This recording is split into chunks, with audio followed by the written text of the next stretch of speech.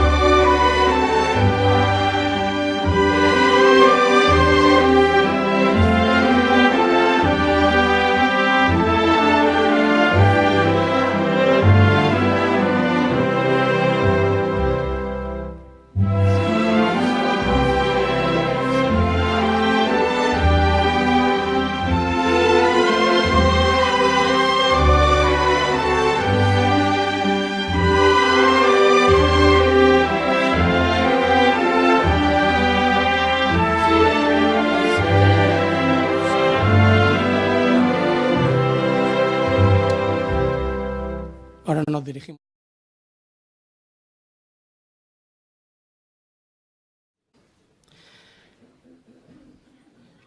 Pues para comenzar con nuestra primera reunión, la conferencia pública, esta será presentada por nuestro hermano César Sánchez, que nos visita de la Congregación Norte Valdemoro, cuyo tema bíblico es la comunicación en la familia y con Dios. Ahí damos paso.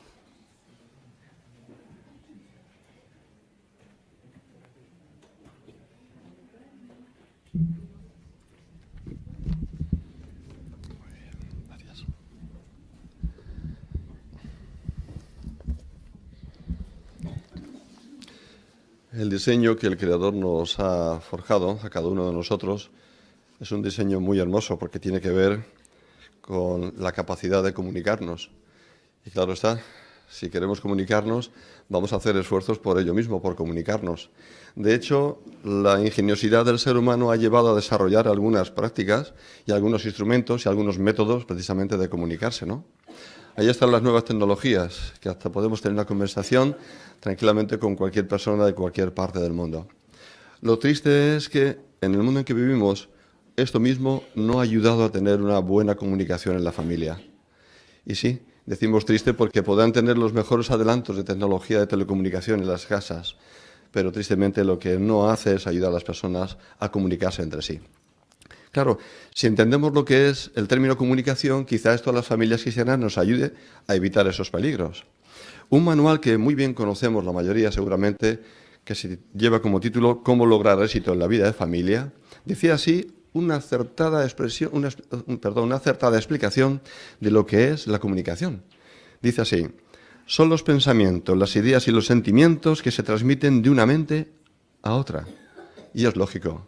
Si analizamos por un momento, en alguna ocasión nos hemos visto así, una conversación que hemos tenido con alguien y tal vez le faltan palabras, pero miramos en su rostro, su forma de expresar palabras que dicen y decimos, ya sé lo que quieres decir. Se ha logrado el propósito, se ha comunicado con nosotros y ahora sabemos qué siente, qué ideas tenía o incluso cuáles eran sus pensamientos.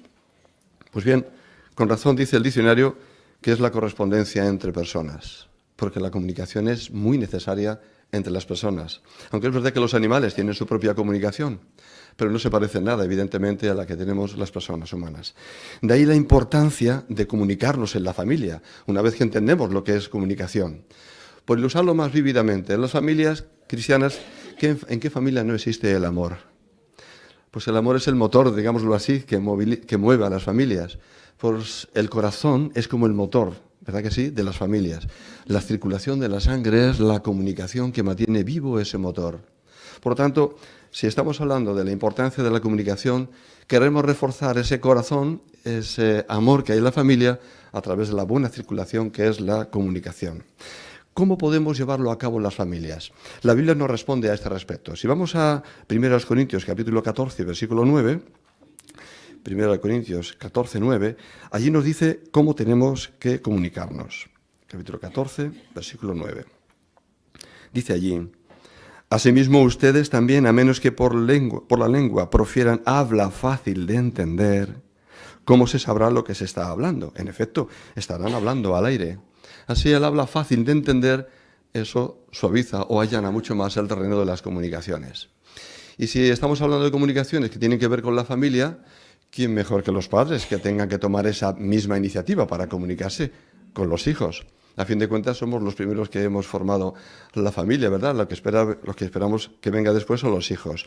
Por eso podríamos preguntar, padres, ¿cómo está esa línea de comunicación en casa? Me he tomado la libertad de traer un pequeño cable, que eso también existe, imagino, aquí, como en las casas de mayoría. Es un cable que sirve precisamente para comunicarnos, ¿no? En un lado estarán aquí los papás, en el otro lado están aquí los hijos. Vamos a ver cómo llevamos la comunicación de un extremo hasta otro. Y como hablamos de los padres, que tenemos esa responsabilidad, lo que hacemos es, primeramente, sentar las bases. Sentar las bases, ¿qué es? Por lo menos tenemos el cable, si no, no habría comunicación. ¿Esto qué es? El esfuerzo de los padres por querer comunicarse, enchufarse, conectarse cada uno a cada extremo. Claro, si ahora pensamos que nuestros hijos, lógicamente, no vamos a hablar siempre de forma como los chiquitines, porque van creciendo, lo que haremos es cambiar y modificar la forma de comunicarnos. ¿Por qué? Porque los jóvenes, según van creciendo, se pueden producir crisis en la comunicación y en la vida de los jóvenes. De ahí lo que decíamos anteriormente, ¿de qué sirve tantos adelantamientos tecnológicos si en el sistema en que vivimos los padres o los hijos no logran tener esa línea de comunicación tan llana, no tienen esa facilidad de entenderse? Porque cuando los jóvenes van creciendo, se desarrollan novedades en la mente de los hijos. ¿Qué requerirá de nosotros para comunicarnos? Comunicarse no es simplemente dar discursos a nuestros hijos, también requiere escucharles. Y dicen que de hecho es un arte el escuchar. Por eso, para asegurarnos de que les comprendemos, hay unas sugerencias muy buenas que se decía en aquella revista, Despertad, del año 2016, que dice así, en la página 9, ayúdelo a adquirir sabiduría práctica y capacidad de pensar, según el texto de Proverbios 3:21. Durante la pubertad no solo se producen cambios físicos y emocionales, su hijo empezará a pensar por sí mismo, lo cual influirá en las decisiones que tome de adulto. Aproveche esta oportunidad para inculcarle buenos valores. ¿Veis? La capacidad de pensar es como consecuencia de una buena comunicación, una instrucción que los padres estamos dando. A colación, ahora seguidamente dice un comentario muy acertado cuando nos causa perplejidad y pensamos que no nos hemos comunicado bien con nuestros hijos. Dice a continuación, no se dé por vencido. Muchos jóvenes dan la impresión de que no quieren hablar con sus padres sobre la pubertad. Pero no se confunda. El libro Usted y su adolescente dice, los adolescentes que aparentemente no tienen ningún interés, se aburren, ponen mala cara o parecen sordos, puede que en realidad estén memorizando cada palabra. Y eso a veces ocurre. Nuestros hijos están jugando, chiquitines, y pensamos que están a lo suyo y dicen, no, así no era papá o mamá. Pero no estabas tú jugando, porque captan todo lo que pasa a nuestro alrededor. Por eso no nos demos por vencidos si esto ocurre en alguna ocasión. Y para muestra, una pequeña experiencia. Dice así, uno de los hijos empezó a llegar de la escuela furioso con todo el mundo. Rehusaba decir por qué estaba tan enojado, decía el padre. Al principio pensé que era rebeldía, pero luego noté que se quedaba callado cuando le preguntaba acerca de la escuela. Tuvimos una larga conversación y me enteré, vaya, parece que llegó la comunicación. Me enteré de que por ser pequeño para su edad, los muchachos de la escuela se burlaban de él. Después de asegurarle que yo comprendía lo difícil que era el trato que él recibía, seguramente porque papá también tendría cierta altura, le di algunas sugerencias prácticas para ayudarle a tratar con la situación. Dice la experiencia al final, la disposición del niño mejoró. ¿Qué hizo el padre? Escucharle. Ahora es cuando llega a enterarse cuál era el problema de su propio hijo, ¿verdad? Por eso, padres, es preciso que sepamos, nuestros hijos, en esas circunstancias u otras parecidas, ¿Qué piensan de lo que ven, de lo que oyen? ¿Cómo actúan cuando ven u oyen ciertas cosas? Para eso son necesarias conversaciones profundas, como la que dijo esta jovencita en este mismo artículo, que gracias a esas conversaciones tan profundas llegó a conclusiones también más apropiadas. Dice, mis padres me ayudaron mucho durante la pubertad, sobre todo mi madre. Dedicó tiempo a explicármelo todo, para que supiera qué iba a pasarme y qué debía esperar. Así que los cambios no me tomaron por sorpresa. Además, se aseguró de que siempre estuviera cómoda hablando con ella. Mis padres lograron que no me sintiera tan confundida. ¡Qué buena experiencia! ¡Qué buen ejemplo también a su vez de que los padres, cuando nos enteramos qué es lo que le pasa a nuestros hijos, cómo podemos ayudarles? Eso, sin lugar a dudas, allana mucho la comunicación. Claro, cuando los hijos se sienten apreciados, ¿qué es lo que van a sentir? Que se les quiere, que funciona el motor de la familia. Por eso, si ellos también, como nosotros, tienen sentimientos, ¿cómo están los sentimientos de los padres hacia ellos? ¿Cuándo fue la última vez que incluso que hemos dicho a nuestros hijos, cuánto te quiero? Eso es necesario. Nuestro conocimiento de la verdad, nuestro conocimiento como padres, no es simplemente la experiencia que tenemos acumulada durante años. Abarca algo más, un poco más. ¿Qué es? Tenemos el código de normas de conductas de nuestro Dios Jehová. ¿Sí? Y digo bien, código, porque no todo el mundo entiende las claves. Por eso cuando leen de ese código no ven las claves. Si hemos utilizado el cable es porque cuando hacemos una llamada usamos un código de 9 dígitos, ¿verdad? Cuando decimos, ¿me das tu número de teléfono? Estamos dando 9 dígitos, 9 códigos. ¿Y qué nos ha pasado en alguna ocasión cuando no hemos llamado correctamente con los 9 códigos? Se ha confundido, lo siento. Otra vez volver a intentarlo. ¿Será que me han dado mal el número? ¿Será que he marcado yo mal? Lo que debe hacer este código, cuando lo tratamos de marcar, es un efecto en nosotros. Que vean nuestros hijos que estamos marcando no solamente la dirección hacia ellos, sino que también tiene efecto en nuestras vidas. El mismo manual que mencionaba anteriormente sobre lo que explica qué significa la comunicación, dice así: si los adolescentes ven que sus padres aman a Dios con todo su corazón y con toda su alma y con toda su mente, y que esto produce un buen efecto en su vida, es posible que se sientan motivados a hacer lo mismo. Así es que marcamos bien el código para ellos como para nosotros. Qué bueno entonces que tomemos la iniciativa en esto mismo, en darles el ejemplo. Bueno, estamos hablando de uno de los lados del cable, los papás y los hijos. Vámonos al otro extremo, en el sentido no peyorativo, claro. Vamos al extremo del otro lado, que es los hijos. Bueno, hijos, ¿cuál sería en este caso tu parte en la que tiene que ver con la comunicación? Como aquí también hay jóvenes, como la mayoría de los auditorios, pues cabe preguntarse entonces cuál es tu parte. Mira, te voy a invitar a que veas lo que dice Jehová, el que nos ha enseñado este código. Mira, vamos a verlo en el libro de los Salmos, en el Salmo 119. Por favor, lee con nosotros el Salmo 119. Y en el versículo 9, allí dice: ¿cómo limpiará un joven su senda? Manteniéndose alerta conforme a tu palabra. Así, lo mismo que a nosotros, los padres, nos dice que tenemos que estar alerta. Este mismo código que a los padres se nos ha dado, también se os ha dado a vosotros igualmente.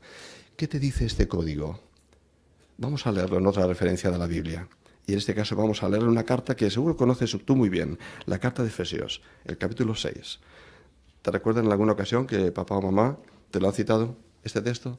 Pues quisiera destacar algunas frases de este texto que tal vez conozcas. Capítulo 6 de Efesios, el versículo 2, dice así, además lo hemos cantado en la canción al inicio: honra a tu padre y a tu madre, que es el primer mandato con promesa. Honrarles. La palabra honra, algunos se confunden, da a entender como que la honra es pagar lo que le debe a cada uno y ya está, ya cubierto, ¿no? A veces hay personas que pagan sus impuestos al fisco y ya está, pero la clase de vida que llevan no va acompañada con la aparente honradez que tienen, ¿verdad? Por eso la honra va un poquito más allá.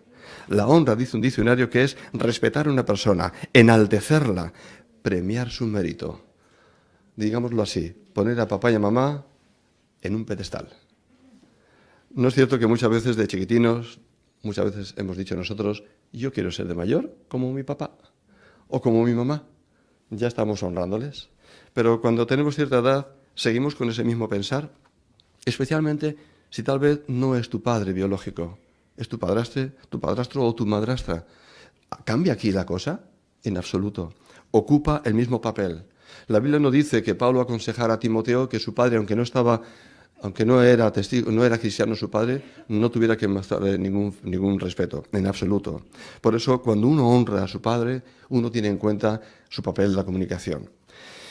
Aludiendo a la analogía del cable, para conectarse hay unos pins de conexión, ¿verdad? Si esos pins no están conectados correctamente, hay o interferencias o no hay una buena comunicación. ¿Cómo se puede aplicar esto?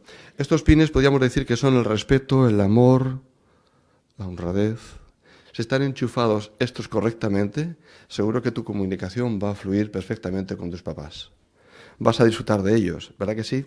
Porque además te dará que pensar por las razones que tienes para honrarles a ellos.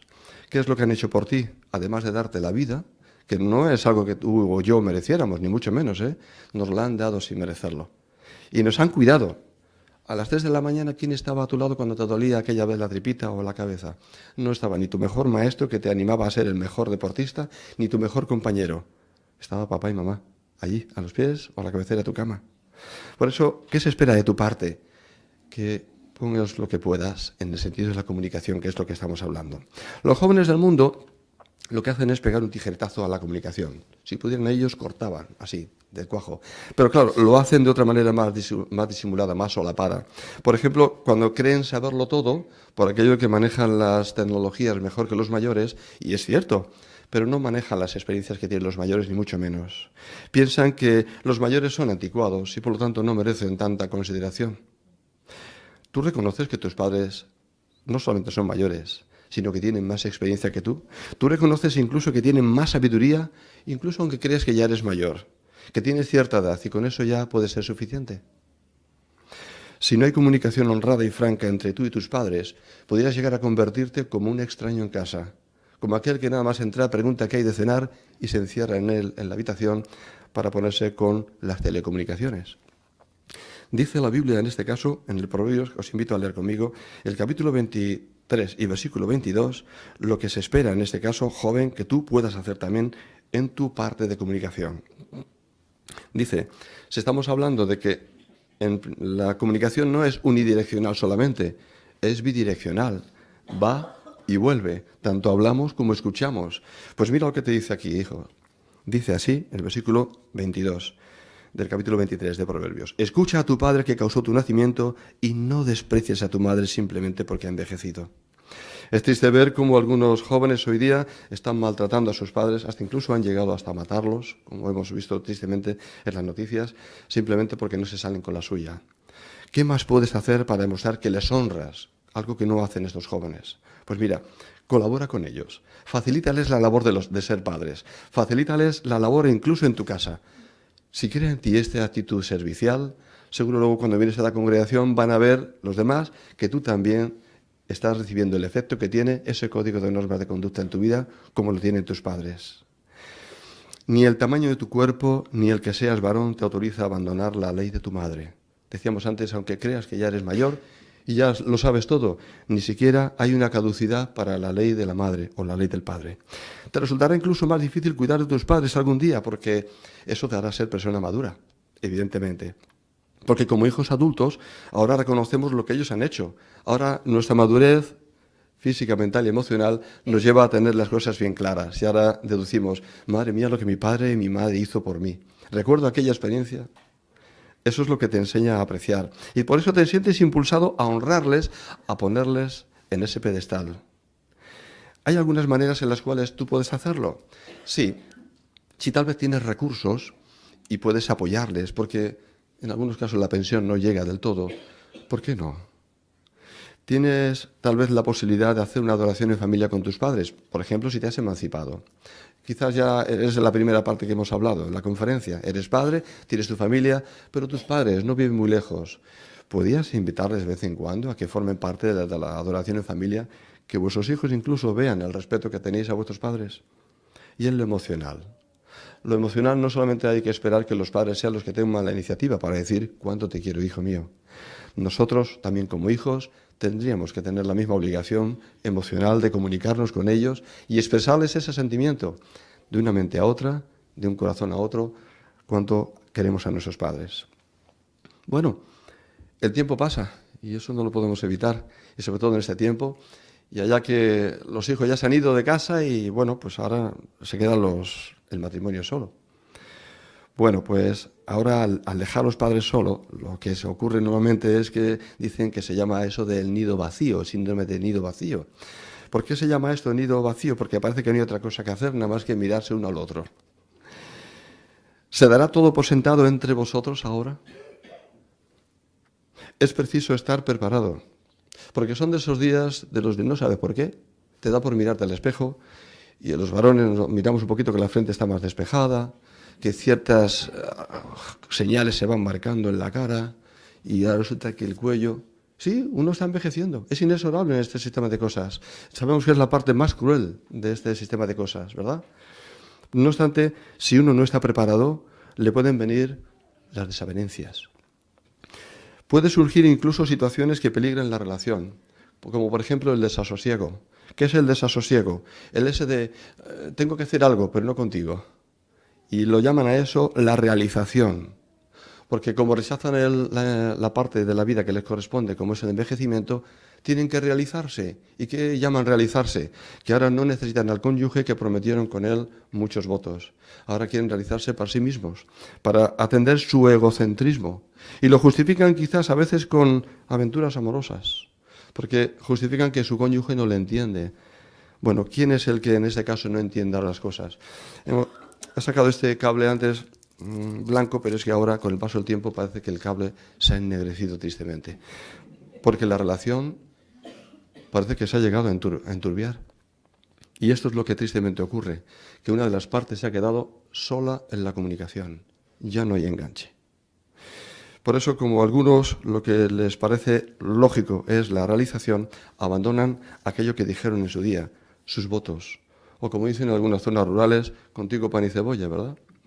Una atalaya del año 99, fijaros hasta dónde llega el comentario, perdón dicho, la explicación del sentimiento de algunos en esta etapa de la vida. La seguridad tal vez sea reemplazada por una mezcla amarga de frustración, hostilidad y hasta profunda antipatía. ¿Cómo es posible? Dice a conclusión, la convivencia marital se ve reducida entonces a una relación en la que no queda más que aguantar. En vez de decir, amar hasta que la muerte nos separe, no. Aguantar hasta que la muerte los separe. Qué triste. Si en esto todo se circunscribe lo que nos queda de vida, seríamos más pobres que las personas del mundo. Sobre todo porque el código de normas de conducta no tendría entonces efecto en nosotros. Pero hay aspectos positivos que tiene la comunicación en esta etapa de la vida. Por ejemplo, si conservas aún a tu cónyuge, mira los beneficios de la lealtad y de la comunicación. Cuando nuestras hijas se marcharon de casa, dice un esposo, empecé a cortejar a mi esposa de nuevo. Aquí no dice la edad. Y dice otro, nos preocupamos cada uno por la salud del otro y nos recordamos mutuamente la necesidad de hacer ejercicio. ¡Qué interés más amoroso! ¿Qué pasa si estás sin cónyuge? ¿No hay alternativa? Una hermanita nuestra que se llama Carmen dice, ocúpense en ayudar a otras personas. Y si tomamos como referencia al apóstol Pablo, veamos lo que dijo él, cómo él sí aplicaba esta admonición, llamémoslo así, en la primera carta a los tesalonicenses, el capítulo 2, versículos 19 y 20. Los últimos versículos de ese capítulo que dice así, porque ¿cuál es nuestra esperanza o gozo o corona de alborozo? Pues de hecho, no lo son ustedes delante de nuestro Señor Jesús, al tiempo de su presencia. Ustedes ciertamente son nuestra gloria y gozo. Dicho de otra forma, para el apóstol Pablo, los tesalonicenses eran como hijos. Si tienes hijos espirituales ahora, los tienes seguramente porque has compartido las verdades de la palabra de Dios. Y por eso ahora te imaginas ser padre de nuevo, otra vez, ser madre de nuevo, otra vez. Esta familia que decíamos anteriormente, que se preocupaban uno por el otro, para no sentirse solos también y ser padres también espirituales, decían así, que invitaban a casa a otros miembros de la congregación. ¿Existe esa posibilidad en vuestro caso? Trae mucha satisfacción saber que lo que estamos haciendo le es de mucho agrado al gran ingeniero de la comunicación. Recordemos que el tema de la conferencia es comunicación en la familia y con Dios. Si no tuviéramos este referente, seríamos banales. No tendríamos sentido. Haríamos mucho esfuerzo por nuestra parte, pero no tendríamos el código de normas de conducta. No sabríamos cómo dirigir nuestros pasos. Por eso no habrá éxito en la familia si no hay comunicación con Dios. Dicho de otra forma, si no se le tiene en cuenta. Tenemos entonces que mantener la línea. Como dice la Biblia que Jehová es la fuente de energía, vamos a enchufar en este caso a la pared, que esa es la fuente de energía, a la roseta. Y vamos a extraer de ahí la comunicación que nos hace falta. Jehová es, como la fuente de energía, nos transmite esa energía. Lo que nos da es una perspectiva muy alentadora, una vida en el futuro, una vida perfecta. ¿Qué deben hacer las familias para recibir estas bendiciones? Una vida perfecta, donde la comunicación sea el estándar de la vida diaria. Pues lo que se espera de cada uno es que atienda su propio papel, su responsabilidad en la comunicación. Hemos hablado de los padres, amar y comunicarse con los hijos. Hemos hablado de los hijos, honrar a los padres, comunicarse con ellos también. Hemos hablado de los cónyuges, aunque sea a cierta edad, comunicarse para amarse y respetarse y tenerse en cuenta. El deseo de comunicarnos va a reforzar el deseo de obedecer al gran ingeniero Jehová Dios. Cuando Jehová se comunica, lo lógico que tenemos que hacer es, cuando exigimos a nuestros hijos que me escuches, que te estoy hablando, tengo que darte esta instrucción. Jehová nos dice, escúchame, te estoy hablando. Lo que tenemos que hacer es prestar atención, porque Jehová ahora mismo está marcando el código y Él no falla. Él sabe los 9 y muchos dígitos más. Sabe cada nombre de las estrellas, como no va a saber el nuestro, incluso para dirigirse a nosotros. ¿Cómo muestran las familias que hacen el esfuerzo por escuchar? Pues cuando estamos estudiando su palabra, la Biblia. Cuando vivimos en conformidad. Los demás no solamente en la congregación, sino fuera, van a percibir que este código tiene un efecto muy positivo en las familias. Y por eso nos resulta ser felices a las familias. Recordemos que para que una familia se comunique, lógicamente tiene que pasar tiempo junta. Si no, ¿de qué? Aunque es verdad que las telecomunicaciones nos ayudan mucho, pero nada mejor que el tacto familiar. Por eso el cabeza tiene que tener conversaciones edificantes todos los días. ¿Cuesta mucho leer el texto al diario? ¿Cuesta mucho compartir alguna experiencia en el día? Que no falte una semana sin nuestra adoración en familia, que no sea una ocasión simplemente que nos juntemos, que sea algo tan regular que la familia se alimente espiritualmente. A veces simplemente con el texto diario, la adoración en familia, la comunicación fluye de tal manera que uno se da cuenta, hay que ver qué progreso tienen mis hijos, ¿no? Tener esparcimiento juntos es algo muy necesario y elemental. Gracias al esparcimiento, ese tiempo que hay para todo en las familias, hace que también percibamos cuál es el aprecio que tienen nuestros hijos y qué opinión tienen nuestros padres acerca de la misma creación o de la asociación con los hermanos o con diferentes personas. No podemos tener la aprobación de Dios a menos que nos comuniquemos con Él. Eso es elemental y fundamental. Porque dice la Biblia en el Salmos que Jehová es el oidor de la oración. O sea que también Jehová no solamente habla, también escucha. Sería bueno que tuviéramos como regularidad comunicarnos con Jehová. Sí, porque también Jehová quiere saber, aunque sabe lo que hay en nuestro corazón, pero si se lo decimos es mucho mejor. Por eso, qué bueno es que tengamos la costumbre de regularmente, no con la formalidad de la comida, desayuno, comida, cena, sino regularmente con ocasiones que mostremos aprecio. De hecho, la Atalaya de después analizaremos justamente cómo podemos mostrar ese aprecio por las cosas que hace Jehová por nosotros. Algunos se preguntan que por qué hay tantas familias en el pueblo de Dios tan felices. Nada más entrar aquí he visto un montón de caras sonrientes. No he visto ninguna seria, la verdad.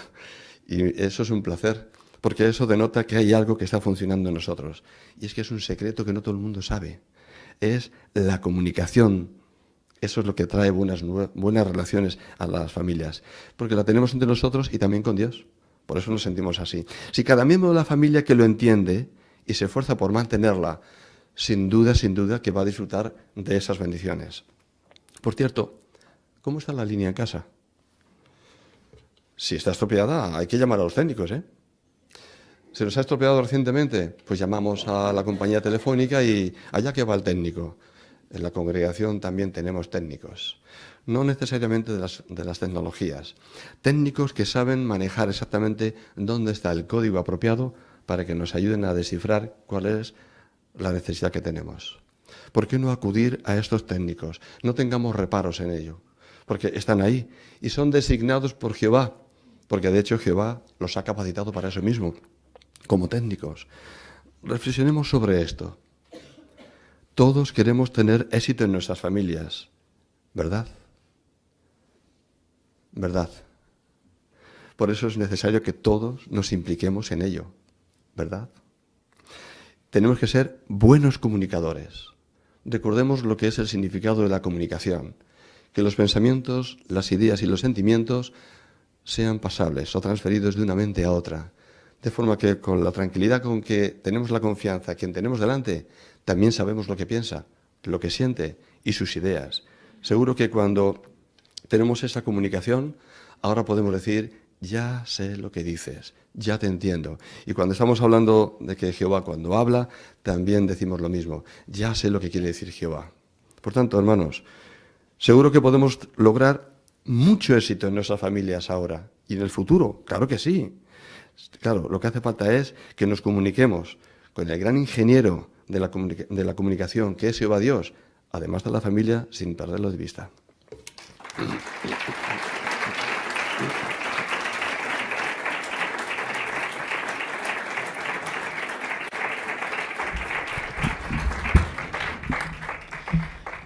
Pues de esta forma audible te queremos dar las gracias, hermano Sánchez, por tus muy buenos consejos bíblicos que hemos recibido. Para la próxima semana también tendremos otra conferencia pública con un tema muy interesante. Joven, ¿cómo puedes ser feliz y tener éxito? Seguro que si estamos presentes nos vamos mucho a beneficiar. Ya para comenzar con la reunión del estudio de la Atalaya, damos paso a nuestro hermano Martínez.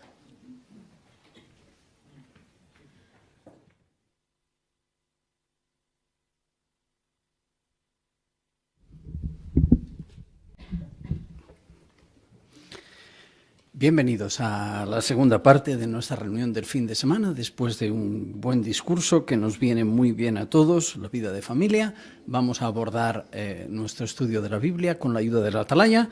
Si podéis cambiar de posición, la canción que vamos a entonar, alabando a Jehová, es la 145, cuyo tema encaja con el tema que vamos a estudiar.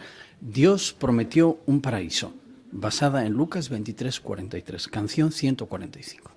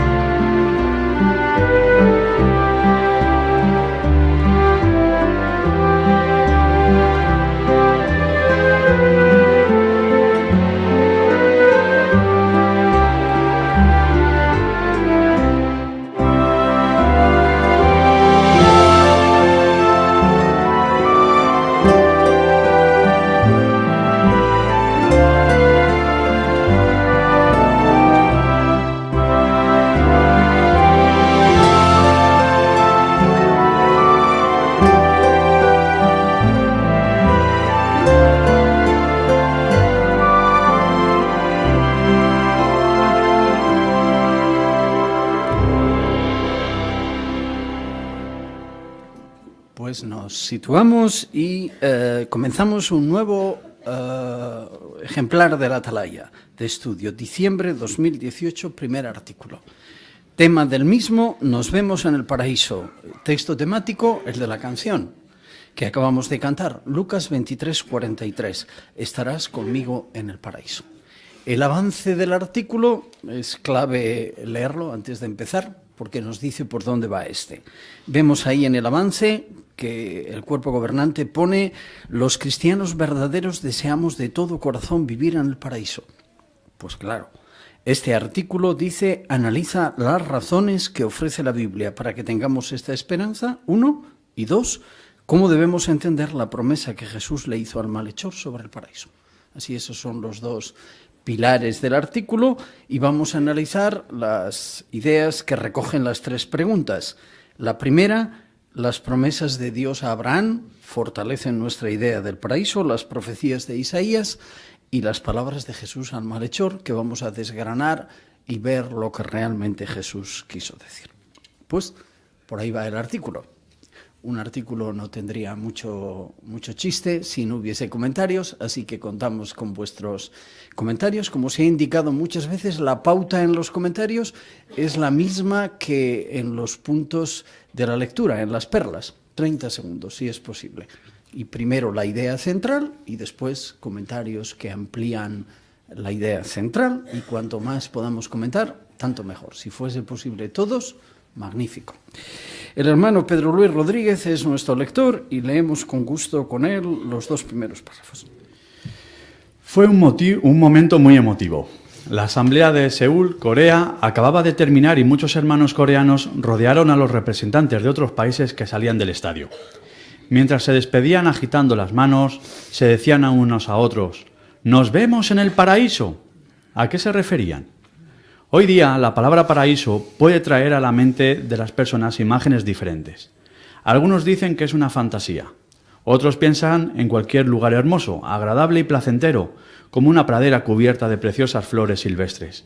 Incluso alguien hambriento tal vez diga que está en el paraíso cuando se sienta a comer en un banquete. Ahora bien, para los cristianos verdaderos, ¿qué es el paraíso? ¿Es algo que esperamos que venga en el futuro? Gracias. Pregunta primera para estos dos párrafos. ¿En qué piensan algunas personas cuando oyen la palabra paraíso? Lidia Alonso.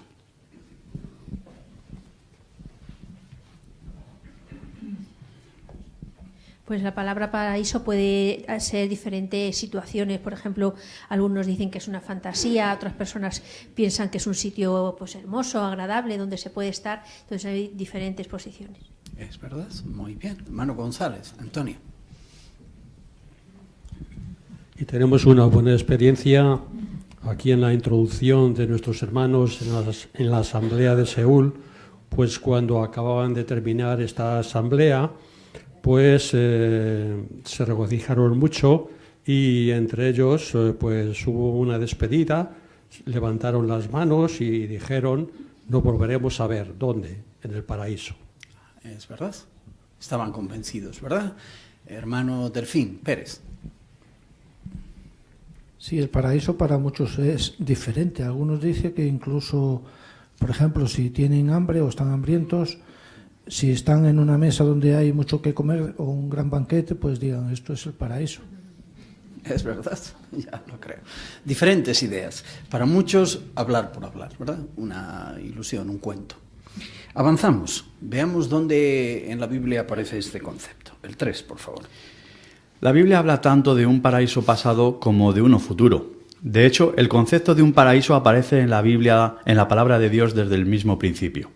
En la versión católica Socio de San Miguel, que se tradujo del latín, Génesis 2:8 dice: «Había plantado el Señor Dios un paraíso de deleite desde el principio, en el que puso al hombre que había formado». Cursivas nuestras. En el hebreo original, este versículo dice literalmente el jardín de Edén. La palabra Edén significa placer o deleite, un nombre muy adecuado para aquel lugar. Había comida abundante, hermosos paisajes y paz entre los hombres y los animales. Gracias. ¿Dónde se menciona el paraíso por primera vez en la Biblia? Hermano Herrera, David. Pues desde el mismo principio, en Génesis 2.8, según una versión católica, se comenta que Dios había plantado un paraíso de deleite en el cual puso allí al hombre. Y en nuestras versiones habla también literalmente de jardín de Edén. Es verdad, muy bien. Ideas relacionadas con lo que paraíso significa y qué dice Génesis 1 acerca de aquel lugar que dio comienzo a este concepto, al paraíso. Hermana Alonso, Esperanza. Pues como se registra en Génesis 1, 29 y 31, ahí se muestra cómo Jehová en el paraíso puso animales de toda clase, hizo de aquel lugar algo placentero. Y algo ya como final, que ya fue lo que colmó el paraíso, dice que hizo al hombre. Y cuando terminó de hacer al hombre, dice que vio lo que había hecho y que era muy bueno. Así que si para Jehová aquello era muy bueno porque estaba dotado de todas cosas buenas, para nosotros, cuando oímos hablar del paraíso, con lo que la Biblia nos dice, pues es muy bueno también. Yo lo creo, desde luego que sí. Excelente, pues está claro lo que la Biblia dice en cuanto al paraíso, que es lo que nosotros creemos sin ninguna duda. Avanzamos, leemos el 4. Cuando el texto hebreo se tradujo al griego, la palabra hebrea para jardín se tradujo usando el término griego paradisos. Cierta enciclopedia dice que cuando un griego escuchaba esta palabra se imaginaba un parque amplio y hermoso protegido de todo mal, con árboles impresionantes que producían diversos frutos, así como arroyos de agua cristalina en cuyas riberas cubiertas de hierba pastaban grandes rebaños de antílopes y ovejas. Esto nos ayuda a entender por qué podemos llamar paraíso al jardín de Edén. ¿Por qué podemos llamar paraíso al jardín de Edén? Es la pregunta del párrafo 4. Hermana González, Puri. Pues porque cuando se describe esta palabra siempre se asemeja a un jardín, a un parque lleno de vegetación, lleno de árboles bonitos, de animales. Entonces por eso se puede decir que en realidad es un paraíso. Cierto, muy bien. Génesis 2, 15 y 16, que está ahí en el párrafo. Hermana Reyo, Lidia. Sí, está en línea con esta idea de la descripción del paraíso que hace el párrafo, porque no se dice que Jehová, cuando creó a Adán, le llevara a un sitio desierto, sin vegetación. Se dice que le mandó cultivar y cuidar el jardín de Edén. Entonces vemos cómo esta era la idea que tenía Jehová de lo que debía ser toda la tierra. Muy bien, excelente. Pues está claro lo que transmite la idea de jardín de Edén, paraíso. 5 y 6, por favor. Dios puso a Adán y Eva en un jardín como ese, pero después los expulsó porque le desobedecieron. Así, tanto ellos como sus descendientes perdieron el paraíso. Ese hermoso lugar quedó deshabitado hasta que desapareció, al parecer en el diluvio. Puede que alguien se pregunte si alguna vez volviera a existir el paraíso en la tierra. ¿Qué demuestran las pruebas? ¿Tenemos motivos válidos para esperar vivir en el paraíso con nuestros seres queridos? ¿Sabríamos explicar por qué estamos seguros de que el paraíso vendrá? Muy bien, pues 2 preguntas para seguir la historia bonita que comenzó del paraíso. A ver cómo continuó. A, ¿por qué se perdió el paraíso? Hermana Herrera. Pues vemos que lo perdieron porque desobedecieron a Jehová y como consecuencia, como menciona en Génesis 3, 23 y 24, Jehová los expulsó del paraíso. Ajá, exactamente. Hermano Salvanés, Pablo. Como muestra el relato de Génesis 3, 23 y 24, el paraíso siguió existiendo, estaba custodiado por 2 querubines que no permitían que nadie entrara.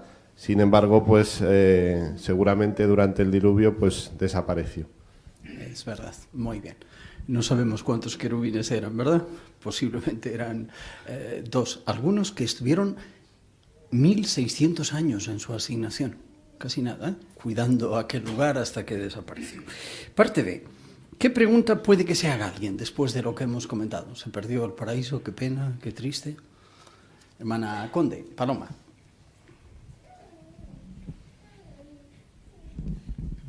Pues la pregunta es si tenemos ahora pruebas y motivos para pensar que en un futuro, en el futuro no muy lejano, podremos vivir en el paraíso con nuestros seres queridos. Y también si podemos explicar esas pruebas. Muy bien, excelente. Pues buenas preguntas para cuando hablamos con la gente en el territorio, pero también para nosotros, ¿verdad? La última sobre todo. Así hemos visto en la introducción que cuando se habla de paraíso, en general, ¿qué ideas vienen a la mente de la gente en función de quién sea el que lo escuche? ¿Y cuál es la, hermano Sánchez, César? Pues es un lugar atípico a lo que conocemos, un lugar de paz, de relajación, donde está el agua que fluye, los árboles, los animales en paz. Digamos que es donde a todos nos gustaría estar. Es verdad, muy bien. Lo que hemos visto en el último párrafo es que para que esta idea nos sirva, nos fortalezca y nos anime, ¿qué tenemos que tener claro nosotros? Dice la última pregunta en el párrafo 6. Estamos hablando del paraíso, pero esto en sí mismo no vale, ¿no? Hermana Díaz, Angelines. Pues deberíamos de estar seguros de que va a venir y que lo podremos disfrutar. Muy bien. Y si alguien nos preguntase, hermana Herrera, Paquita. Pues también es muy importante sabérselo explicar. Claro. Que tenemos una esperanza muy bonita y que el paraíso llegará, no sabemos cuándo, pero llegará. Muy bien. Hay pruebas, y eso vamos a abordar, pruebas de que habrá un paraíso. Vamos a ver qué profecías de la Biblia del pasado, que ya tuvieron además un primer cumplimiento, quedan por cumplir y fortalecen nuestra fe en el paraíso. Ahí es donde vamos a centrar la mayor atención en el artículo. Leemos con Pedro los párrafos 7 y 8, por favor. El lugar más lógico para buscar respuestas es la Biblia, el libro que inspiró el creador del paraíso original. Por ejemplo, en ella se indica que Jehová le dijo a Abraham que multiplicaría su descendencia como los granos de arena que hay en la orilla del mar. Además, le hizo esta importante promesa: mediante tu descendencia ciertamente se bendecirán todas las naciones de la tierra, debido a que has escuchado mi voz. Tiempo después, Dios les repitió esa promesa a su hijo y a su nieto. Nada en la Biblia indica que Abraham creyera que los seres humanos recibirían una recompensa en un paraíso celestial. Así pues, cuando Dios le dijo que todas las naciones de la tierra se bendecirían, lo más razonable es que pensara en la tierra. ¿Qué otras pruebas bíblicas apoyan la idea de un futuro paraíso terrestre? Gracias. Pues vamos a leer dos citas bíblicas que hay ahí. ¿Quién nos lee Génesis 26:4? Vamos a ver. Claudia Morata, 26:4, Miriam Reyo, 28:14. Y ciertamente multiplicaré tu descendencia como las estrellas de los cielos, y verdaderamente daré a tu descendencia a todas estas tierras. Y por medio de tu descendencia ciertamente se bendecirán todas las naciones de la tierra. Y 28:14 ahora, Miriam, por favor. Y tu descendencia ciertamente llegará a ser como las partículas de polvo de la tierra, y ciertamente te extenderás hacia el oeste y hacia el este y hacia el norte y hacia el sur.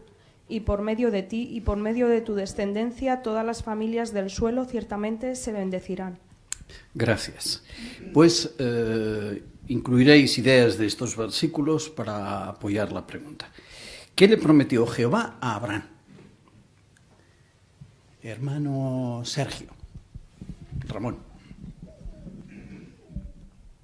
Sí, le prometió que multiplicaría su descendencia como los granos de la arena que hay en la orilla del mar, es decir, de manera incontable, y también le dijo que mediante esa descendencia se bendecirían todas las naciones de la tierra. Y después, como hemos leído, pues volvió a repetir esta promesa tanto a su hijo como a su nieto. Muy bien. Hermano Díaz, Carlos. Y en Génesis 22:18 ya dice que mediante tu descendencia ciertamente se bendecirán todas las naciones de la tierra, debido a que has escuchado mi voz. O sea, ahí se enfatiza claramente que Abraham tenía que pensar lógicamente en la tierra y no en otro sitio. Muy bien. ¿A quién se le reiteró la promesa poniendo nombres para mostrar que era una promesa seria? ¿A qué personajes fueron los destinatarios de lo que han leído Claudia y Miriam? Hermana de Lucas, Teresa. A Isaac y a Jacob, el hijo y el nieto de Abraham. Muy bien. Eso remachaba la promesa. Y ahora, ¿en qué debió pensar Abraham cuando Dios le hizo esta promesa? Hermano de Lucas. Ismael. Pues después de lo que le había prometido Jehová a Abraham, lo primero que se le pasaría por la cabeza es que los seres humanos recibirían una recompensa en algún tipo de paraíso celestial. Es verdad. Lenguaje de los versículos que aporta argumentos para no pensar en el cielo, sino en la tierra. Hermano Rodríguez, Antonio. Por ejemplo, en 28:14 Génesis habla de partículas de polvo de la tierra. En el cielo no hay polvo, ese tiene que ser en la tierra. Y además dice todavía más que se extenderán hacia el norte, el sur, este y oeste. Igual, está hablando de la tierra. En el cielo no hay ni norte, ni sur, ni este, ni oeste. Muy bien, estupendo. Hermana Rodríguez, Raquel. Y también en Génesis 26:4 le dijo, te daré todas estas tierras. Ya lo creo. Pues muy bien explicado, ¿verdad? Hermana Herrera, Miguel. Sí, en el mismo versículo, en el 28:14, al final también dice que por medio de ti, por medio de tu descendencia, todas las familias del suelo se bendecirán. Muy bien. Qué de sinónimos, ¿verdad? Familias del suelo, tierra, naciones, polvo. Ahí no se habla de cielo. Así, cuando se le dijo a Abraham esto, ¿qué entendió Abraham? Lógicamente, que un día habría en la tierra. Pues no tenía ninguna base para creer otra cosa. Mano Conde, Pablo. Pues entendió que el paraíso estaría en la tierra. Es verdad que más adelante veremos que también se habla de un paraíso celestial, pero entonces Abraham no tenía ninguna indicación de que hubiera vida en el cielo que saliera de la tierra. Es verdad. Muy bien. Pues avanzamos en nuestra argumentación. Ya hemos visto pruebas de que el paraíso es un lugar físico aquí en el planeta. Ahora abordamos otras profecías. 9 y 10. David, que era descendiente de Abraham, habló de un tiempo futuro en el que ya no existirían las personas malas. Dijo que los mansos mismos poseerán la tierra y verdaderamente hallarán su deleite exquisito en la abundancia de paz. También predijo por inspiración divina: los justos mismos poseerán la tierra y residirán para siempre sobre ella. ¿Qué efecto tuvieron estas promesas en quienes deseaban hacer la voluntad de Dios? Les dio motivos para creer que con el tiempo habrá un paraíso semejante al jardín de Edén, pues solo los justos vivirán en la tierra. Con el tiempo, la mayoría de los israelitas que afirmaban adorar a Dios le dieron la espalda. Por eso, Jehová permitió que los babilonios los conquistaran, asolaran el país y se llevaran a muchos al exilio. Pero los profetas de Dios predijeron que 70 años después los israelitas volverían a su tierra. Estas profecías se cumplieron entonces, pero también tienen que ver con nosotros. Analicemos algunas de ellas y veamos su relación con el futuro paraíso terrestre. Excelente. ¿Qué otras promesas, preguntan estos párrafos, dan motivos para creer que habrá un paraíso en el futuro? Hermana Morata, Mercedes. Sí, pues David habló de un tiempo futuro en el que ya no existirían las personas malas y dijo que los mansos mismos poseerían la tierra y residirían para siempre sobre ella. Excelente, muy bien. Hermana Mari Carmen González.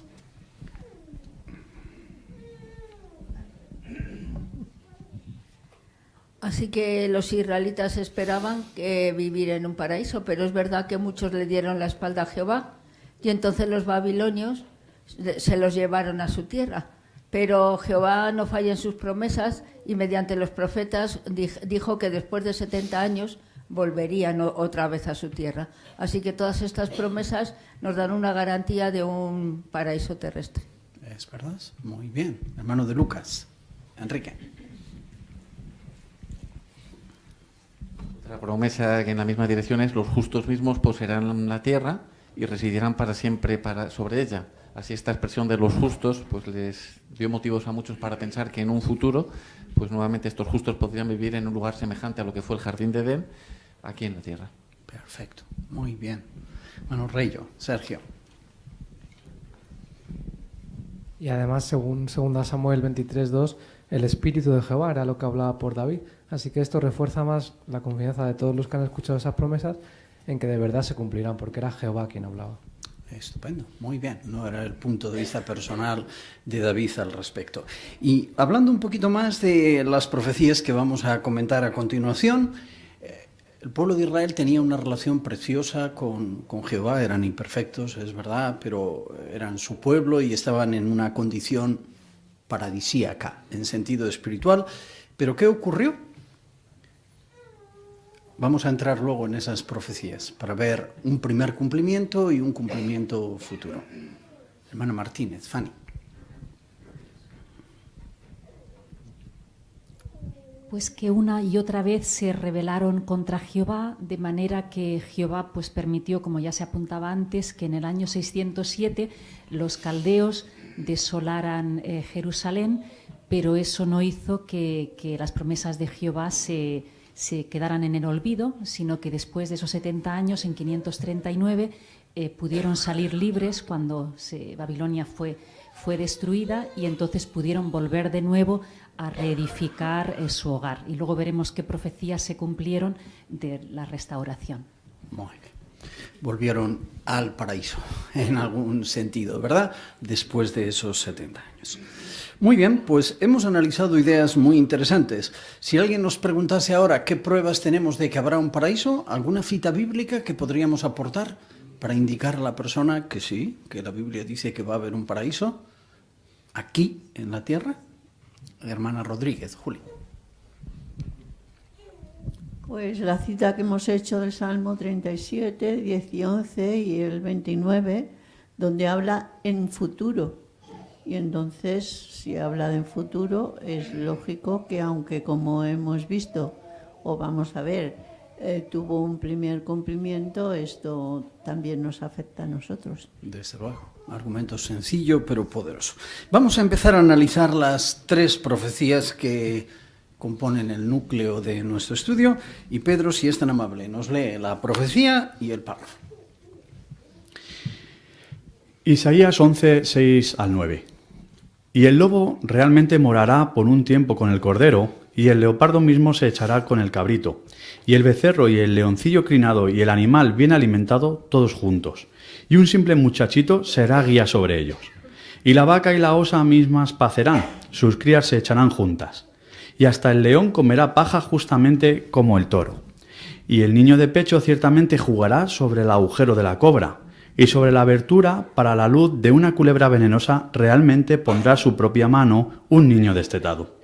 No harán ningún daño ni causarán ninguna ruina en toda mi santa montaña, porque la tierra ciertamente estará llena del conocimiento de Jehová, como las aguas cubren el mismísimo mar.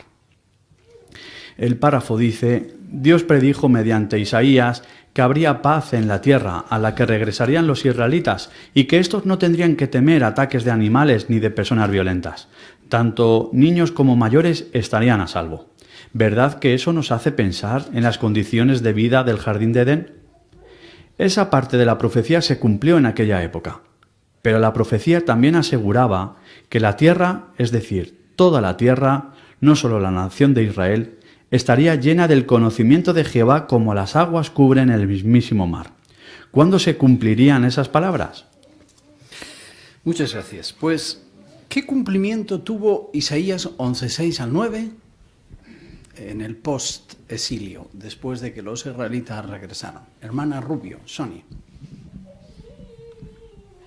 Se cumplió la parte que habla de la paz con los animales, porque cuando los israelitas volvieron a su tierra podían considerarse más o menos a salvo, ya que no esperaban el ataque de animales ni de personas violentas. Excelente, muy bien. Más detalles del cumplimiento de esta profecía en esa primer cumplimiento de la misma. Hermano González, Antonio. Pues que esta profecía se cumplió en aquella época, no se cumplió después. Y eso fue un síntoma de algo, ¿no? En el futuro. Que se cumpliría en el futuro, ¿verdad? La tierra de Israel había estado 70 años desolada. Dice la Biblia que solo quedó ahí un pequeño grupito de gente. ¿Qué tuvo que ocurrir durante esos 70 años que nos ayuda a entender Isaías 11, 6 al 9? Sin gente, todo absolutamente desolado allí, que empezó a prosperar en medio de aquella desolación. Y eso nos permite entender Isaías 11, 6 al 9, ¿verdad? Hermana Rodríguez, Juli. Pues podemos imaginar cómo los animales invadirían todo, las malas hierbas, o sea, las condiciones serían todo menos un paraíso. Por eso estas profecías eran muy importantes, porque ellos se iban a encontrar con una tierra desolada, pero ahí Jehová le dice que ni siquiera un niño tendría por qué temer. Muy bien, pues un estupendo cumplimiento, ¿verdad? Incluso se dice que los animales, de natural, algunos de los que se mencionan fieros y combativos, ¿qué actitud tendrían? Y eso era una promesa a priori complicada de entender, pero se cumplió. Hermana Martínez, Fanny.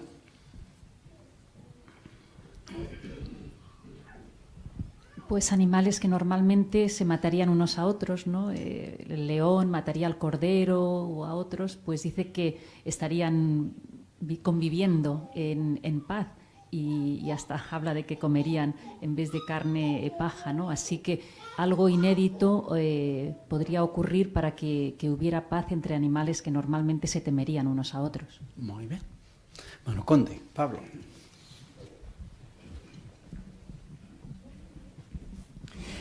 Isaías 51:3 dice textualmente en parte del texto: de seguro consolará todos sus lugares devastados y hará que su desierto sea como Edén y la llanura desértica como el jardín de Jehová. Así que literalmente el profeta Isaías ahí en ese versículo dice que llegará a ser un Edén, un jardín de Jehová. Es verdad que antes, en Jeremías capítulo 44, había dicho que el jardín se convertiría en desierto. Y ahora es al contrario, ahora cuando estaba el pueblo de allí, pues ahora se convertía en un jardín de Edén. Muy bien. Excelente, pues eso fue un milagro, un previo del paraíso, lo que habéis comentado muy bien. Veamos otra profecía que tuvo cumplimiento entonces y cuyo cumplimiento mayor está en el futuro. Leemos Isaías 35, 5 a 10 y el párrafo, por favor. Isaías 35, 5 al 10 dice: en aquel tiempo los ojos de los ciegos serán abiertos y los oídos mismos de los sordos serán destapados. En aquel tiempo el cojo trepará justamente como lo hace el ciervo, y la lengua del mudo clamará con alegría. Pues en el desierto habrán brotado aguas y torrentes en la llanura desértica, y el suelo abrasado por el calor se habrá puesto como un estanque lleno de cañas, y el suelo sediento como manantiales de agua. En el lugar de habitación de los chacales, un lugar de descanso para ellos. Habrá hierba verde con cañas y papiros, y ciertamente llegará a haber una calzada allí, aún un camino, y será llamada el camino de la santidad. El inmundo no pasará por ella, y será para el que anda por el camino, y ningún tonto andará errante por ella. Ningún león resultará estar allí, y las bestias salvajes de las rapaces no subirán a él. Ninguna será hallada allí, y los que hayan sido recomprados tendrán que andar allí. Y los mismísimos redimidos por Jehová volverán, y ciertamente vendrán a Sión con clamor gozoso, y habrá regocijo hasta tiempo indefinido sobre la cabeza de ellos. Alborozo y regocijo alcanzarán, y el desconsuelo y el suspirar tendrán que huir. El párrafo dice: Isaías enfatizó que los que regresaran de Babilonia no se sentirían amenazados por seres humanos ni por animales. La tierra produciría mucho fruto gracias a un abundante suministro de agua, tal como sucedía en el jardín de Edén. ¿Sería este el único cumplimiento de la profecía? Fijémonos en que ésta dice también que los ciegos, los cojos y los sordos serían curados milagrosamente. Pero esto no le sucedió a los israelitas, lo que indica que esas curaciones ocurrirían en el futuro. Muchas gracias, Pedro, por tu lectura larga. Parte A. ¿Qué bendiciones recibieron los que regresaron de Babilonia? Parte A. Hermana Reyo, Ana. Sí, pues habría seguridad, las personas estarían seguras, no tendrían amenazas de seres humanos violentos, ni tampoco, como hemos visto antes, de animales, y también habría mucho fruto, agua, y entonces habría buenas cosechas, igual que ocurría en el Jardín de Edén, y entonces esto produciría alegría a los israelitas. Ya lo creo, muy cierto, ¿verdad? ¿Qué había ocurrido en Edén? Indica la cita bíblica que hay ahí, que volvería. Aquella tierra desértica que por 7 décadas había estado completamente abandonada. Hermana González, Mari Carmen.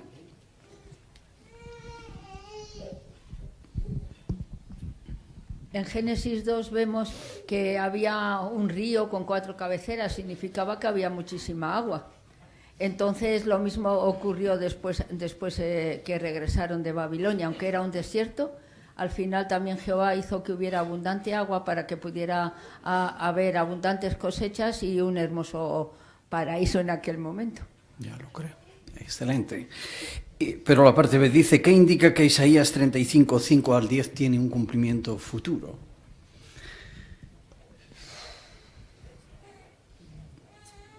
Hermana Pérez, Susana, que es la primera que ha levantado la mano, creo. Pues allí se nos dice que los ojos de los cielos serán abiertos, los oídos de los sordos serán destapados, y dice, por ejemplo, también que la lengua del mudo clamará con alegría. Así que serían curados de forma milagrosa, pero esto vemos que no le sucedió a los israelitas, así que vemos que es un cumplimiento para el futuro. Muy bien. ¿Tuvo algún cumplimiento esta profecía? Porque estamos diciendo de que todas las profecías tuvieron cumplimiento entonces. ¿Tuvo algún cumplimiento esta profecía? Podemos imaginarnos en qué sentido, ¿verdad? En el físico, evidentemente no. Hermana Reyo, Lidia. Pues sí, porque vez tras vez Jehová le siguió dando alguna oportunidad, ¿no?, de volver a él.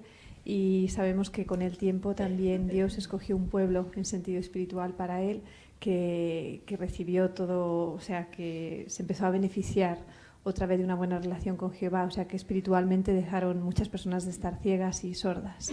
Estupendo. Pues hubo un cumplimiento, ¿verdad? El grande e importante no está por venir, pero también se cumplió la profecía. Veamos la tercera profecía. Leemos primero con el lector Isaías 65, 21 al 23 y después 13 y 14. Isaías 65, 21 al 23 dice: y ciertamente edificarán casas y las ocuparán, y ciertamente plantarán viñas y comerán su fruto. No edificarán y otro lo ocupará, no plantarán y otro lo comerá, porque como los días de un árbol serán los días de mi pueblo, y la obra de sus propias manos mis escogidos usarán a grado cabal. No se afanarán para nada, ni darán a luz para disturbio, porque son la prole que está compuesta de los benditos de Jehová y sus descendientes con ellos. En los párrafos dice: cuando los judíos regresaron, no encontraron casas cómodas, ni campos, ni viñedos cultivados. Pero eso cambiaría con la bendición de Dios. Sin duda, para ellos fue un placer construir las casas en las que vivirían, cultivar los campos y comer su fruto, su delicioso fruto.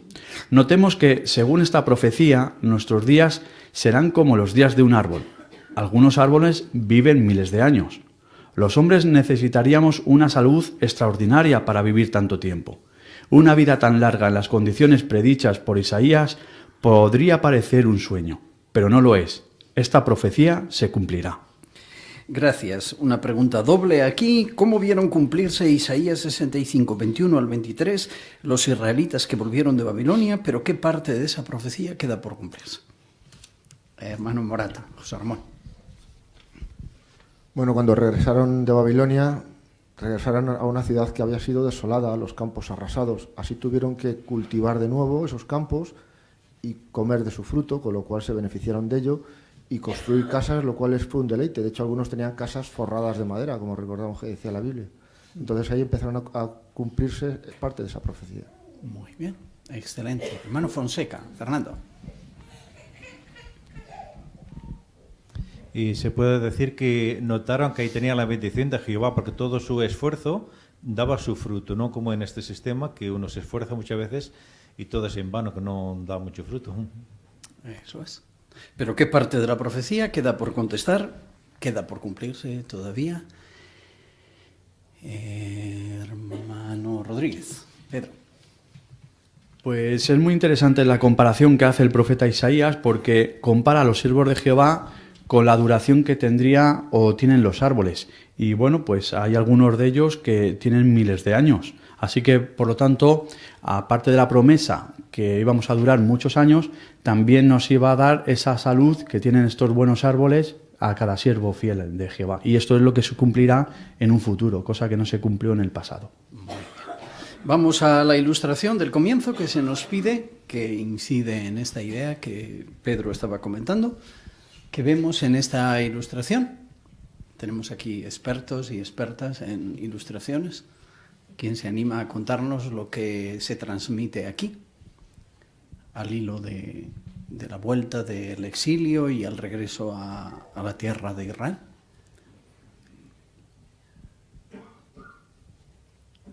Hermana González, Carolina.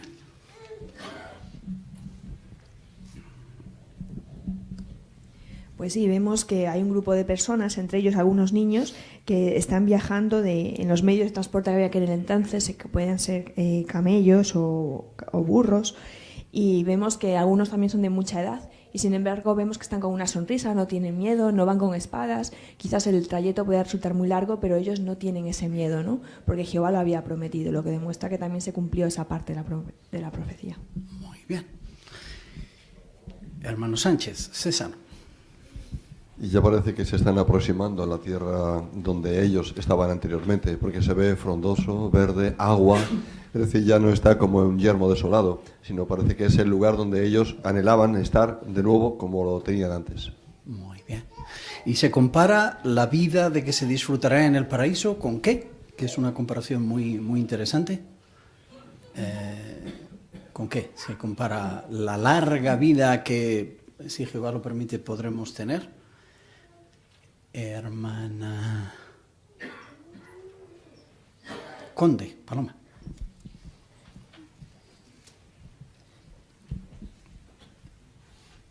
Pues se compara a la vida que tienen los árboles, así que es una larga vida, pero en condiciones de paraíso.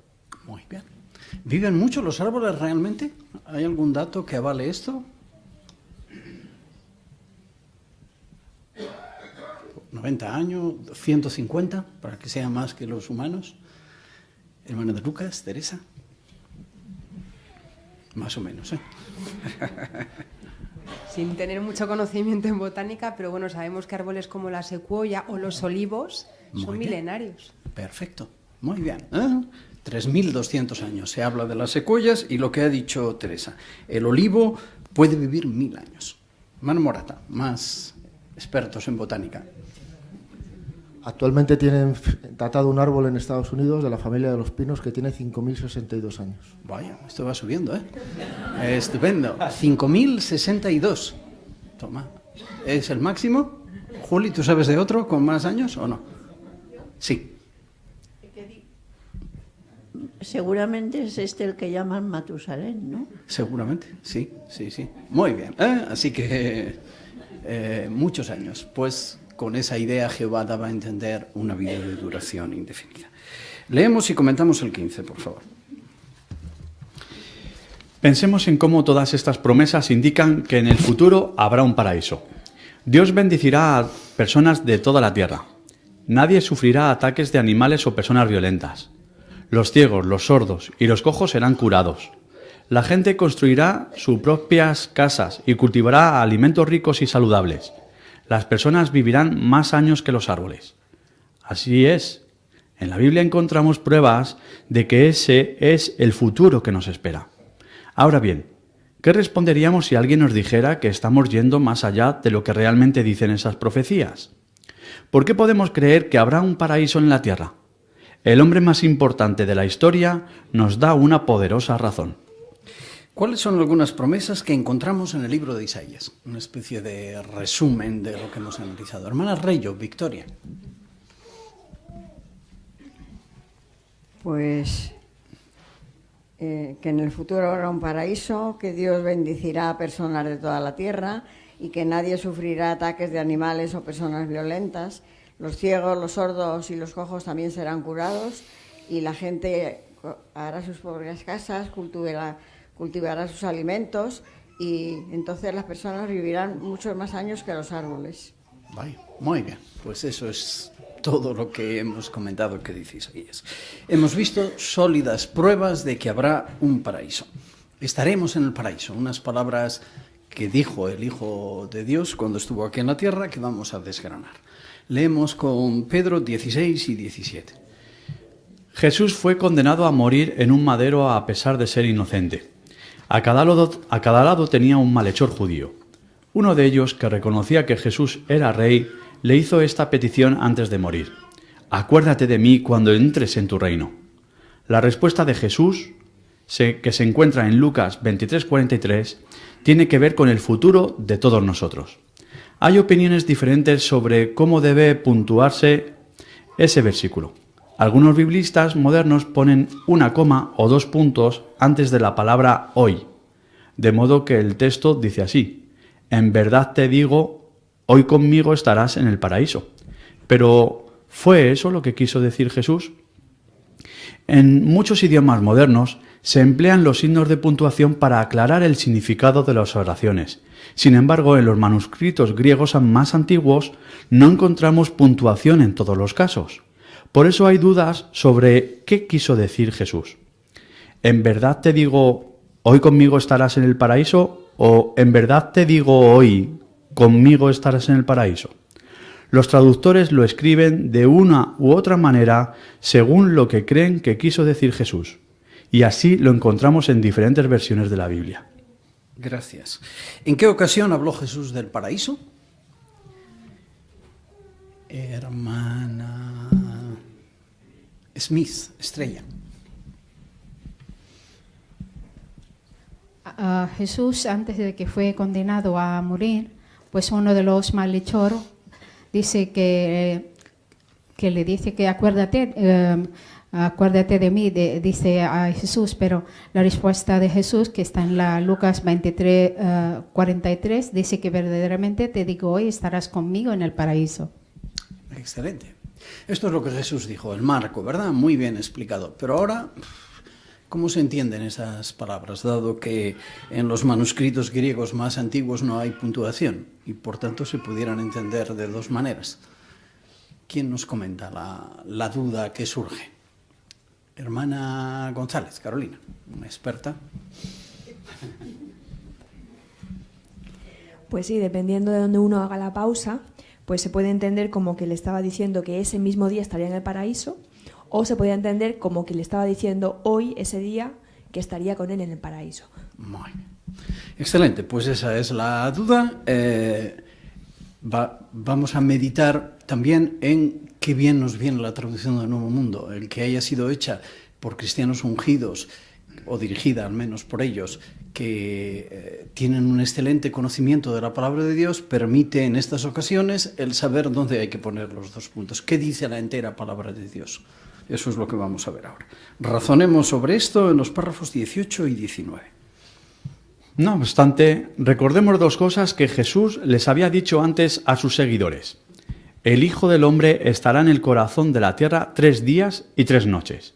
Y el Hijo del Hombre está destinado a ser traicionado en manos de los hombres, y lo matarán, y al tercer día será levantado. El apóstol Pedro confirmó que así sucedió. Por lo tanto, Jesús no fue a ningún paraíso el día en que él y el malhechor murieron. De hecho, pasó varios días en el Hades, hasta que Jehová lo resucitó. Como vemos, Jesús introdujo su promesa al malhechor con las palabras «En verdad te digo hoy». Esa forma de expresarse era habitual ya en tiempos de Moisés. Por ejemplo, en cierta ocasión dijo: «Estas palabras que te estoy mandando hoy tienen que resultar estar sobre tu corazón». Muy bien. Pues quizá podemos dar un argumento a cada uno, ¿verdad? Si repartimos los argumentos. ¿Qué razonamiento nos ayuda a entender lo que quiso decir Jesús? Hermana Rodríguez, Patricia. El hecho de que para que en aquel día los dos se encontraran en el paraíso, ambos tenían que ir a ese lugar. Sin embargo, lo que muestra el párrafo es que Jesús ese día no estuvo en el paraíso, porque como bien dice la Biblia, por las profecías y por lo que luego sucedió, Jesús debía morir y estar en el Seol 3 días. Así que por lo menos durante esos 3 días en el paraíso no estuvo. Muy bien. Pero como solo lo dijo una vez, esto tal vez se malentiende la expresión. ¿Qué indica el párrafo? ¿Cuántas veces Jesús incluyó exactamente lo que ha comentado Patri o con palabras similares? Línea 8 del párrafo. Hermana Rodríguez, Raquel, si querías comentar eso o cualquier otra cosa. Perdona, es que era otra cosa. Pues adelante, tú mandas. Vale. No, que también otro razonamiento que tenemos es que la forma de expresarse al decir te digo hoy, ya en otras ocasiones Jesús lo había mencionado. Por ejemplo, cuando habla a los padres, ahí Jesús les dice estas palabras que te estoy mandando hoy tienen que estar sobre tu corazón. Así es que era una forma de expresarse habitual en aquel tiempo, forma de expresarse que Jesús utilizó. Muy bien, excelente. ¿Más argumentos para sostener esta idea? Mano de Lucas, Enrique. Este razonamiento de que Jesús estaría 3 días en el corazón de la tierra, que al tercer día sería levantado en varias ocasiones, en diversas ocasiones se lo comentó a sus discípulos. Por ejemplo, una de ellas, Mateo 12:40, pues se comparó a Jonás, que estuvo en el vientre del gran pez 3 días y 3 noches, pues Jesús dijo también esa misma expresión, ¿no? Así estaban familiarizados con que esos 3 días Jesús iba a pasar a la inexistencia. Muy bien. Hermano tercero, Emilio. Y así también lo entendieron sus discípulos. Por ejemplo, el apóstol Pedro, como se recoge en Hechos, se menciona que Dios levantó a Jesucristo, al tercer día. Así ellos entendieron que murieron, que no se fue a un paraíso. Muy bien, excelente. Hermano Rodríguez, Antonio. Y aunque aquí se citan estos 2 textos de palabras de Jesús, en los textos que seguía a continuación, en cada caso vuelve a decir Jesús, aunque ahora no dice, Jesús lo dice, pero está relatando. Desde este tiempo en adelante Jesucristo comenzó a mostrar a sus discípulos que tenía que ir a Jerusalén, sufrir muchas cosas y tal, y al tercer día ser levantado. Y el siguiente texto dice lo mismo. O sea que hay más de 2 o 3 o 4 veces que Jesús dijo esto. Muy bien, excelente. Hermano Fonseca, Fernando. Y se puede decir que la petición del malhechor aquí en esta ocasión a Jesús era de que se acordara de él cuando entrara en su reino. Y entonces Jesús le dijo, verdaderamente te digo hoy que estarás conmigo en el paraíso. O sea que el paraíso sería cuando él ya estuviera reinando. Es verdad. La nota al pie de la página, ¿quién nos la quiere explicar? Un comentario interesante de este profesor, Marvin Pate, que refuerza la idea que estamos comentando. Hermana de Lucas, Teresa.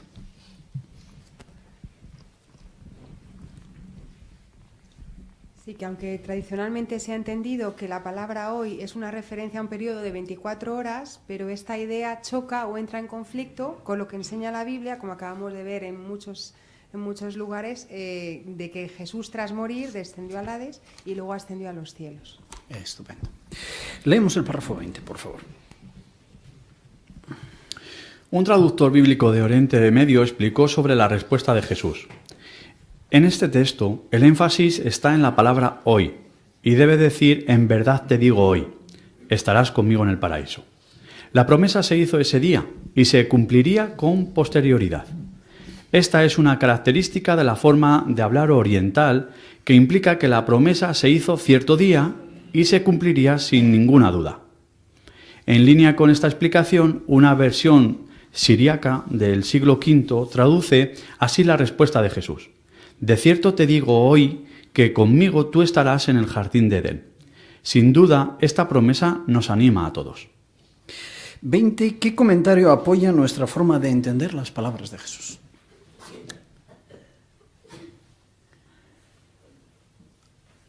¿Qué comentario apoya, hermano Conde, Pablo?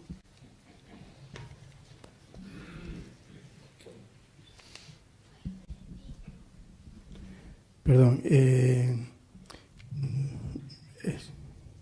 es el 20, ¿verdad? Sí. Este traductor de Oriente Medio nos dice en el texto, el énfasis está en la palabra hoy y debe decir, en verdad te digo hoy, estarás conmigo en el paraíso, ¿verdad? Así que la promesa fue hecha ese día para un futuro. Ese es el comentario que dice un especialista. Por lo tanto, en la versión siríaca, lo que vierte es, de cierto, te digo hoy que conmigo estarás en el paraíso. Y es una versión antigua y muy razonable. Por lo tanto, lo que dice este comentario y la versión nos anima a creer en el paraíso. Ya lo creo. Excelente. Hermana Morón, Sheila. Por eso queda claro que tenemos que entender que Jesús no utilizó esta palabra de hoy para indicar cuándo estaría este malhechor en el paraíso, sino que lo hace para llamar la atención en el momento que él da esa profecía y que sin falta se cumpliría en un futuro. Muy bien. Pues leemos y comentamos el 21, por favor. Aquel malhechor no había sido escogido para ir al cielo. Él no sabía que Jesús había hecho un pacto con sus apóstoles fieles para que reinaran con él en el cielo. Además, ni siquiera estaba bautizado. Por ello entendemos que Jesús le estaba hablando de un paraíso terrestre. Por otro lado, el apóstol Pablo contó años después que un hombre tuvo una visión en la que fue arrebatado el paraíso. A diferencia del malhechor, Pablo y los demás apóstoles sí fueron seleccionados para ir al cielo y gobernar con Jesús. No obstante, Pablo se refería a algo que estaba por venir, un paraíso futuro. ¿Tendría este relación con la tierra? ¿Podremos nosotros vivir allí? Gracias. ¿Para qué no se había escogido al malhechor y por qué lo sabemos? Hermana López, Rosa. Pues para ir al cielo, porque los que sí iban a ir al cielo, que Jesús había hablado con ellos, era con los que había hecho un pacto y esta persona no entraba en ese pacto para nada. Es verdad, muy bien. Hermana Sánchez, la esposa de César. Atrás. En el texto de Juan 3, del 3 al 6, dice que a menos que uno nazca del agua y del espíritu, no puede entrar en el reino de Dios. Por lo tanto, él, como no estaba bautizado, no era siervo de Jesús, pues no tendría esa posibilidad. Exacto, muy bien. Hermana Martínez, Fanny.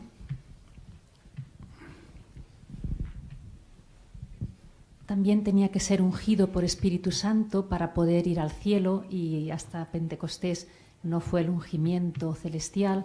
Tampoco había trabajado con Jesús, como él le dijo a sus discípulos, que ustedes han colaborado conmigo y he estado presente en mis pruebas. Él no tenía un registro de fidelidad como para merecer ir al cielo, así que por lógica, donde estaría es en el paraíso terrenal. Muy bien, si no llenaba ninguno de los requisitos.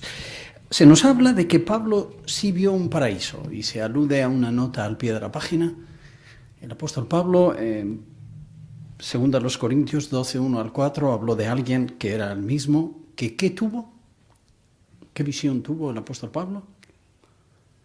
Y la pregunta a los lectores está justo detrás, ¿verdad? Hermana González, Mari Carmen. El apóstol Pablo habló de que fue arrebatado al paraíso y a un tercer cielo. Y la nota que tú hablas de la pregunta a los lectores al final habla de que es probable que el paraíso al que Pablo fue arrebatado era una visión que se refiriera, una, al paraíso físico que habría en la tierra, dos, al paraíso espiritual que existirá entonces y será más extenso que el actual, y tres, al paraíso de Dios celestial, todos al paraíso de Dios celestial. Todos estos existirán al mismo tiempo en el nuevo mundo.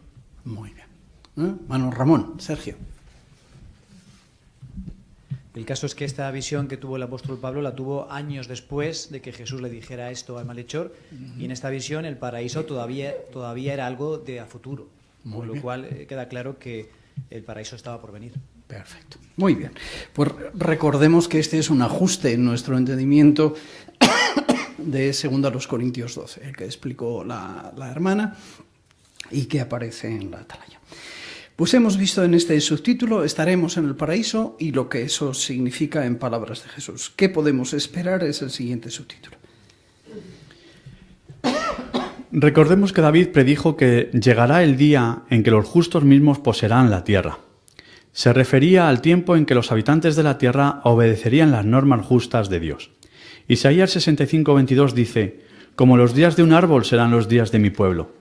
Esto quiere decir que los seres humanos vivirán miles de años. ¿De verdad podemos esperar que eso ocurra? Sí, pues Revelación 21, del 1 al 4, indica que la muerte ya no existirá en el nuevo mundo, donde Dios bendecirá a sus siervos fieles. La idea está clara. El paraíso original se perdió, pero no para siempre. Dios prometió que los habitantes de la tierra conseguirán una bendición. Y David dijo, por inspiración divina, que los mansos y los justos heredarán la tierra y vivirán en ella para siempre. Por otro lado, las profecías de Isaías nos hacen esperar con entusiasmo las maravillosas condiciones que existirán cuando se cumpla la promesa de Jesús al malhechor. Usted puede vivir en ese paraíso. Cuando llegue ese día, ocurrirá lo que dijeron los hermanos de la Asamblea de Corea. ¿Nos vemos en el paraíso? Sí, esperamos eso. Excelente. Pues muy bien. Muchas gracias, hermano Rodríguez, por tu buena lectura. Y el último subtítulo tiene que ver con eso, con qué podemos esperar. La pregunta esa, ¿qué podemos esperar? Hermana Barbero, Miriam. Sí, pues tenemos que tener muy presentes lo que David predijo en el Salmos 37:29, donde allí él dijo que los justos mismos poseerán la tierra, y se estaba refiriendo al tiempo que esperamos en el que los habitantes de la tierra, los justos, obedecerán las normas justas de Dios y viviremos en un paraíso. Muy bien, excelente. Hermano Alonso, Pablo.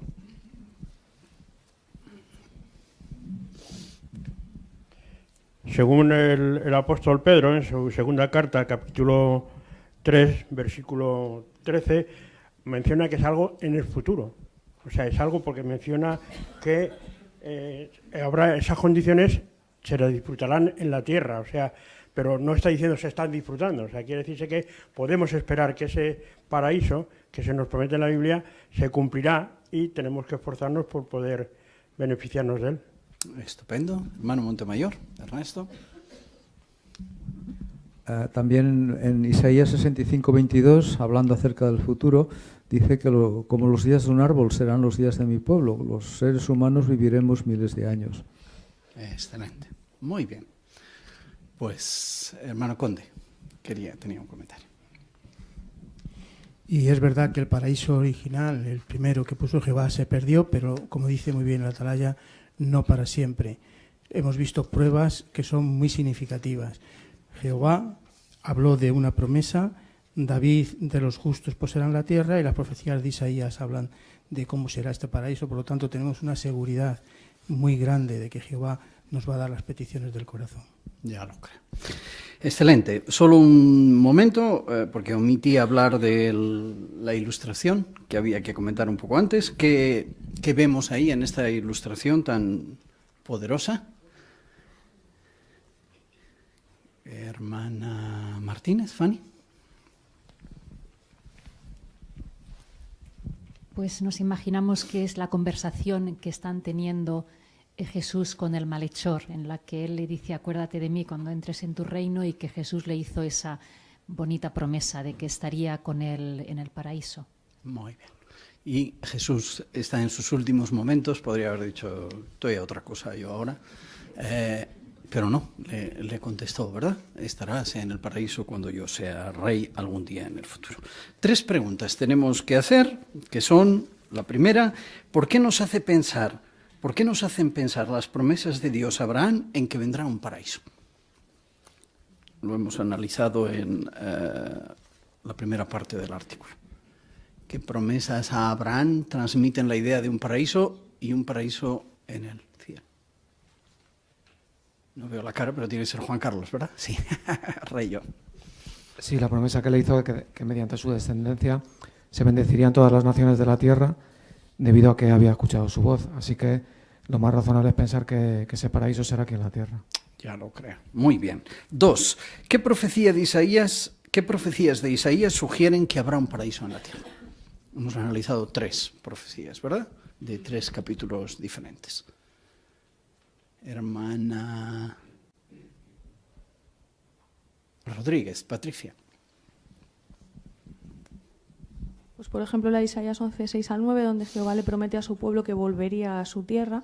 Eso tuvo un cumplimiento inicial en aquel tiempo de los israelitas, pero también sabemos que cuando dice que la tierra estaría llena del conocimiento de Jehová, como las aguas cubren el mar, eso no se cumplió y entonces falta por cumplirse y será en la tierra. Estupendo. ¿Otra profecía? Mana González, Carol. Sí, en Isaías 35, 5 y 10, pues hacían promesas como que no tendrían miedo de los seres humanos y animales violentos, tendría mucho fruto, mucha agua, pero también se promete que los ciegos, los cojos y los sordos serían curados. Eso no se cumplió inicialmente cuando los israelitas regresaron de Babilonia. Por eso sabemos que esa promesa tiene que cumplirse en el futuro. Muy bien. Y una profecía más de Isaías que se cumplió 30 capítulos después del que ha mencionado Carol. Hermana Díaz, Angelines.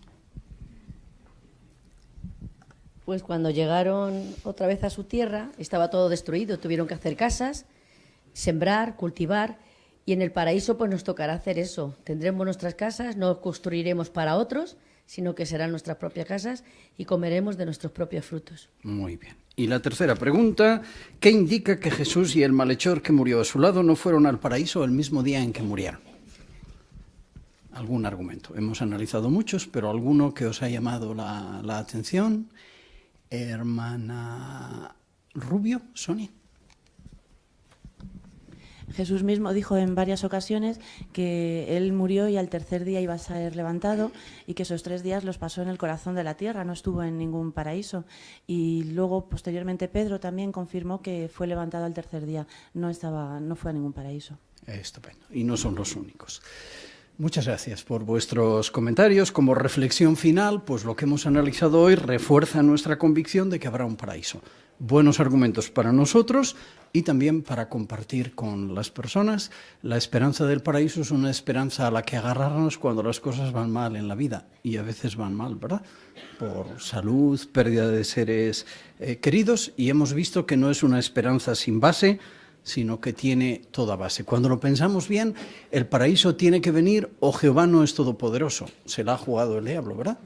Él decidió tener un paraíso y el diablo le estropea su plan y ya nunca hay paraíso. Entonces, ¿quién manda más? Tiene que haber un paraíso. Si no, Jehová no es un Dios poderoso. El diablo frustraría su propósito. Pues ya tenemos un eslogan para la Asamblea Internacional, ¿verdad? En Madrid, el de los coreanos, que podemos usar para decir a los que van a venir también de Corea, dicho sea de paso, que esperamos verles allí o antes. Pues solo nos queda dar gracias a Jehová por haber estado en la reunión. Después, al acabar, haremos un anuncio local, de manera que si os queréis, que después de la canción y la oración, si os queréis quedar un momentito, pero entonamos la canción primero, la número 139. Podéis cambiar de posición si estáis en situación de hacerlo. La canción Como anillo al dedo. Te ves en el nuevo mundo, basada en Revelación 21, 1 al 5, y después nuestro discursante, el hermano César Sánchez, concluye con oración.